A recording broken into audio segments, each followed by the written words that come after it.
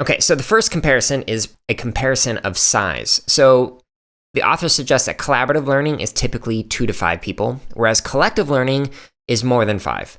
So it could be like a whole class, or maybe a whole school, or literally hundreds of thousands of people. Now, the activities are also slightly different. So in collaborative learning, they suggest that the activities are goal-oriented. Now, activities within a collective tend to come together around a shared affinity.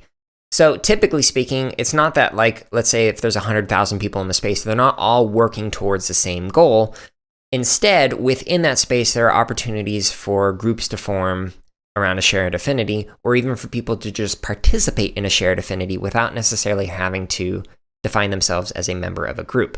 So what I mean by that is that, for example, with the anime, if people are really into Naruto, they don't have to necessarily work together with other people to actually contribute Naruto projects within Scratch. Okay, now comparing time between collaborative and collective. So for a collaborative learning, time is usually short, and it can be synchronous or asynchronous, and it's typically organized by a group leader. Now in collective, however, the time is typically asynchronous forms of engagement over longer periods of time. So months, if not years, if not decades of time. And while it is typically asynchronous, there are some synchronous forms of collaboration or learning or sharing.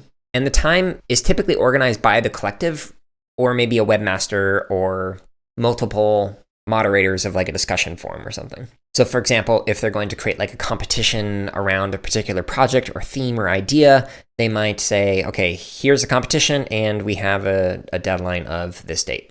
Okay, so leadership within these 2 different types of learning groups.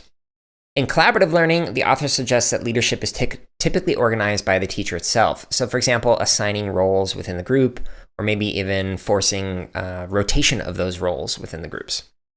However, in collective learning, here's a quote from page 20. Quote, "In online communities, leadership is emergent, decentralized, and distributed among a large group of individuals.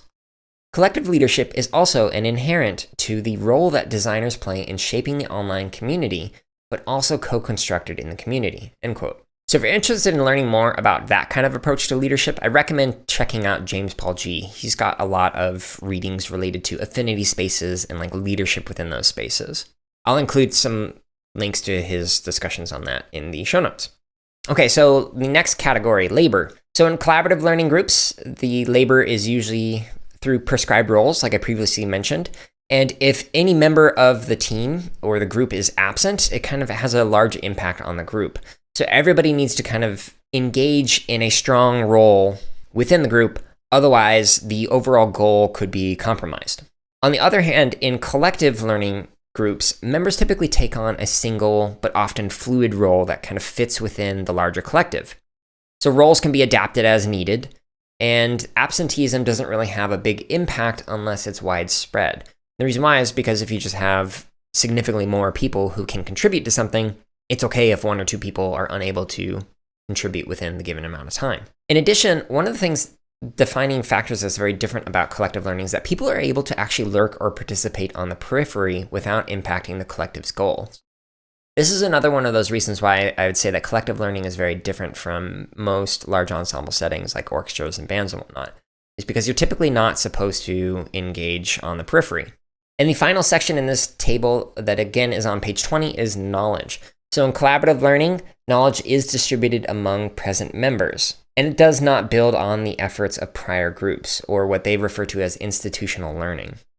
Collective learning, on the other hand, the knowledge is typically stored and accessible to a large community. So although it is distributed among individuals across time and space, the members are able to continue within the space over extended periods of time.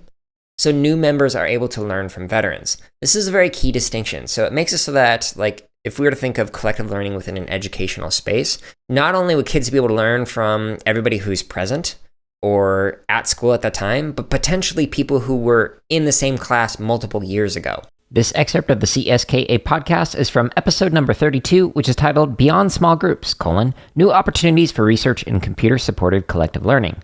You can listen to this full episode as well as hundreds more by simply searching for the CSK8 podcast on your favorite podcast app or by going to jaredoleary.com.